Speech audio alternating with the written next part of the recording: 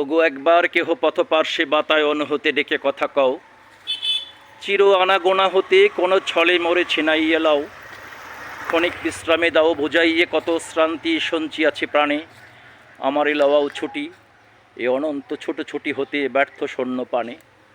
বন্ধুরা, আজকে এই চলার পথে আপনাদেরকে নিয়ে এসেছি ছোট্ট একটি গ্রামে, যা সত্যি ছবির মতো ছোট্ট একটি গ্রাম, যা মাটির বাড়ির দ্বারা নির্মিত। প্রত্যেকটি বাড়ি এখানে মাটির হাতের সেই শৈল্পিক কারুকার্যের দ্বারা নির্মিত। বন্ধুরা, কথা দিয়েছিলাম চলার পথে যা কিছু চোখে লাগবে তা আপনাদের সঙ্গে শেয়ার করার চেষ্টা করব। সেই প্রতিশ্রুতির ধারাবাহিকতায় আজকে আপনাদেরকে এই মাটির ঘরে নিয়ে এসেছি। বন্ধুরা, দেখতে পাচ্ছেন এক মা এখানে রান্নাবাড়ি করছে। এই রন্ধনশালা থেকে আপনাদেরকে জানাই সালাম, শুভেচ্ছা এবং অভিনন্দন। এই মাটির কুঠিরে এই একটি সম্প্রদায় যারা আদিবাসী সম্প্রদায় নামে পরিচিত, সেই আদিবাসী সম্প্রদায় এই মাটির কুঠিরে বসবাস করে। বংশ পরম্পরায় এই মাটির স্নিগ্ধ ছোঁয়ায় তারা সুন্দর পরিবেশে, একটি সুশীতল পরিবেশে বসবাস করে। বন্ধুরা, কত সুন্দর শৈল্পিক কারুকার্যের দ্বারা সুশোভমণ্ডিত।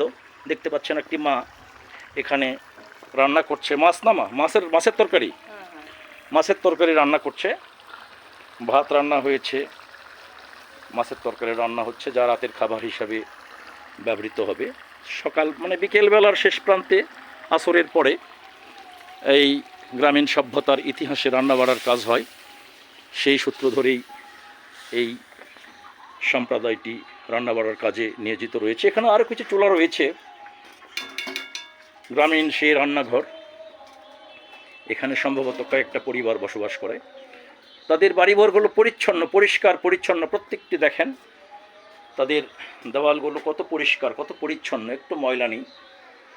কত সুন্দর পরিপাটি এই মাটির ঘরগুলো, সত্যি যা হৃদয়কে ছোঁয়া দেয়। বন্ধুরা, এইভাবেই যেখানেই যাব আপনাদেরকে সঙ্গে রাখার চেষ্টা করব। আজকে এ পর্যন্তই। আবারও সকলকে সালাম, শুভেচ্ছা এবং অভিনন্দন। আসসালামু আলাইকুম রহমতুল্লাহ।